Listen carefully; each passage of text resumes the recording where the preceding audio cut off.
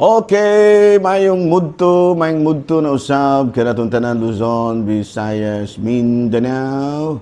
Mayong mudto Philippines, may mudto world, may mudto universe. Ano na punta mga higala, din ang atong tulumanon sa kahanginan, C.O.N.A. Catechesis on Air.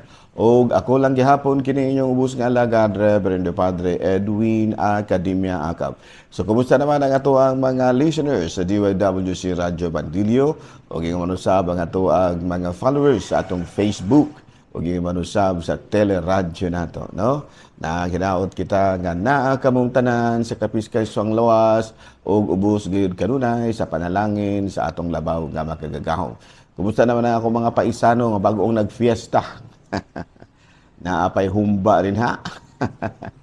Naapa siguro ron, kapitsa size pa man, no? Naapa rin kang sumba. Sumba. Guan din na, kanang humba. Ako mga paryente nga mga membro sa Acab family. Mga membro sa kining Academia family de Suba, no? Nga ako ang mga paryente din ha, no? Mga pamilya ni Anhing Lulu Upuy, Academia. Kumusta na, no? Nang hinaot kita nga ana kamong tanan sa kapiskay sa panglawas. Okay no, padayon kita manghigala sa ato nga mga buhat. Wala sa taro isip-isipin nyo sa manghigala kay medyo ulo api kay ko gamay gahapon naluya ko. Daghang ikog misa gahapon dito ko sa bukid, dito ko sa Ilaya, Amdos, di ako dito ko sa Layawan, ding pagka alas 3 dito nagmisa na pukusan mga maestra kay kuan man gahapon. World Day of Teachers man gahapon, no? Unya pagkuman na ako blessing. So gabi na mag-research unda ko wa na lamang kay dikta kog pahuway kapoy kay ang lawas ti gulang. Kining gulang na ta manghigala dili gid parehos batan-on pata, no? Sa una akong papa na assign din as lamugong sa una daw manhuyod. Ay sayon no dana namo sa akong magulang sa una si ang ako ang magulang si Boy Acab, no? Ni-retire na ba yung tao, no? Wala na, relax na si Boy. Pero kami sa una na, amo ng buntag sayo pa, mugi ka nami, dayong pagka Domingo sa hapon, pauli, kay mamunlay kami dito sa eskwelahan, kay gibaol man po ni Papa ang eskwelahan. Kay dako makag-area, ang area sa Lamugong, gibaol ni aning Papa, para po nga doon na siya ikapalit-palit o ang income, bahinan po niya ang eskwelahan. Ginagmay ra gud pod nga mais-mais pod ginagmay. Nahala no, padayon ta manghigala sa ato nga mga buhatono ni ining kamuntuhon.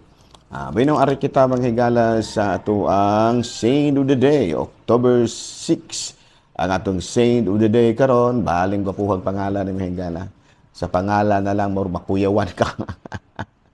Kabulog kag unsay ngalan sa ato karon nga santo? Bruno. Pareho sana sa mga ngalan nga Hugo. Sabas, mga ngalan ba nga sa pangalan palang daan, murag mga isugun. No, kini si San Bruno, natawo siya ni adtong tuig 1030. No, 1030 niya namatay na adtong tuig 1100, no? Kuan kini siya.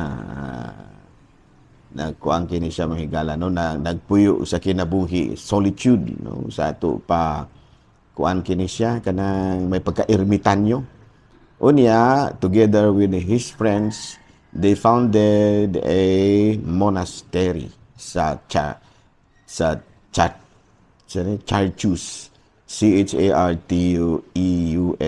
Chartreuse. Tara, no? Niya, ang nanay, dito magsugod ang kinibitaw na ito, tawag og Carthusian Monastery. Sikat man po ni. Carthusian Monastery. Naan nila gibutang sa disyerto. Daghan kayo mga tao nga nangadto dito aron pod mosuhid sa ilahang mga pamalandong dito sa disyerto sa Carthusian Monastery. O niya, matud pa, tungod sa kadaghan kayo sa mga nakauyon sa maong pamaagi, daghan kayong mga Carthusian monastery ang natukod. Pero ang original gid ana mao kini si San Bruno. No, niya, however, Pope Clement extended the devotion to Saint Bruno, no, sa tibuok kalibutan atong 1674. So karong adlaw mahigala ato ang gihinumduman nga isug kayog pangalan pero malumo og kinaiyak. No, siya mao si San Bruno. Amo tabay Bruno nga gyud panganlan. Murag ka pa jud ko, murag wala ko kadungog og sukad ko kining nakabunyag, no? Pila naman ko katuig pare, no? 40 dugay na kayo, mga 20 na kapin katuig, no? Wa pa ko kadungog nga naay nagpabunyag nga ang bata ginganlan og Bruno. Wala. Gwapo. Kanang ngalana, may galangilngig kaya na. Okay, no? Abi na wala lang ko sa katay CBCP nyo, may gala, medyo naapikhan ko. Daghang kay trabaho ba? Okay, ano na kada sa ato ang catechesis. Catechesis ta mga gala. Sa may ato karon nga topic sa atong catechesis. Okay, our topic for today is about death penalty. Yan o, death penalty. Nga naman ang sibahan, dili man gusto og mo uyo ni ining death penalty. Nganong anti-death penalty man tang Katoliko. Abi no sa Genesis chapter 4 verse 8 to 15, gipatay ni Cain si Abel. Iyang gipahilayo gikan sa lugar. Sa bersikulo 15, nasakpan siya sa Ginoo. Gani niingon ang Ginoo nga bisan kinsa ang mopatay kaning mopaing kanang Cain, panimaslan ko. Kay kuan man ni siya gi-condemn, no? Gi-kondena man ni si Cain tungod sa iyang pagpatay sa iyang igsuon nga si Abel tungod sa pangigi. No? Sa USCCB Society and Overcome Violence with Violence. No? We cannot overcome violence with violence. No? Sa USCCB, sa mga United States Conference of Bishops, mga USCCB, no? US Conference Conference of Bishops, no? Matud pa nila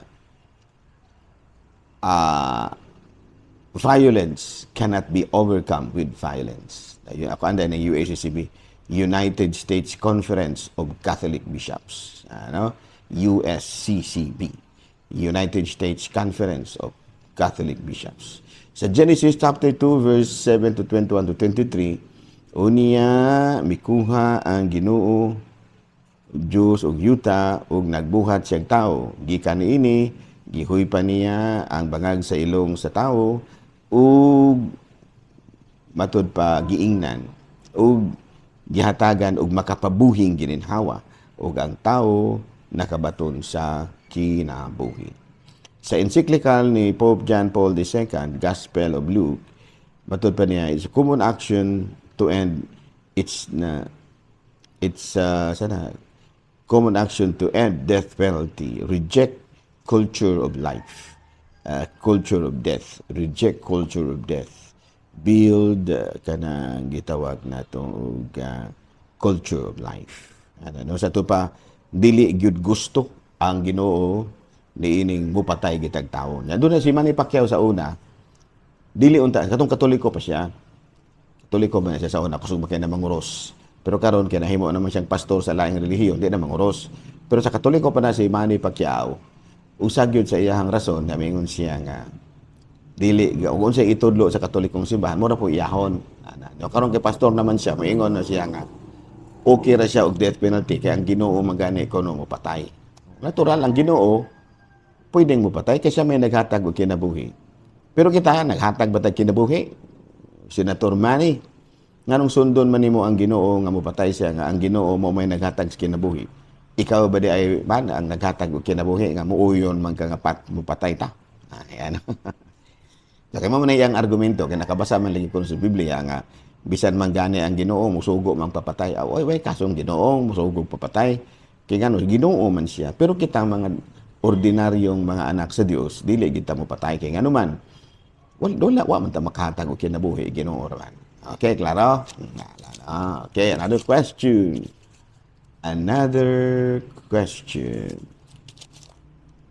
Pwede ba nga dili ta mag-ampo in public? Ganun dili man ka mag-ampo in public, kani ingon man ang Ginoo, busa kung ako ug ang akong pagtulunan ikaulaw so sa katao ni ining dautan ug makasasala nga kaliwatan, ikaulaw usab siya sa anak sa tao, inig-abot niya kuyog sa mga anghel nga balaan, no? Inubanan sa himaya sa iyang amahan. Okay. So kini kabahin og kana bitaw magampo bitaw ta. No, doon na gyud pagampo nato usahay nga in public yun. Ngano man tungod kay kini yung pagampo mas maayo nga in public aron nga daghan ang makaapil. Pwede pa na of course naa gyud po kay imong personal pero doon na gyud tay communitarian prayer, community prayer.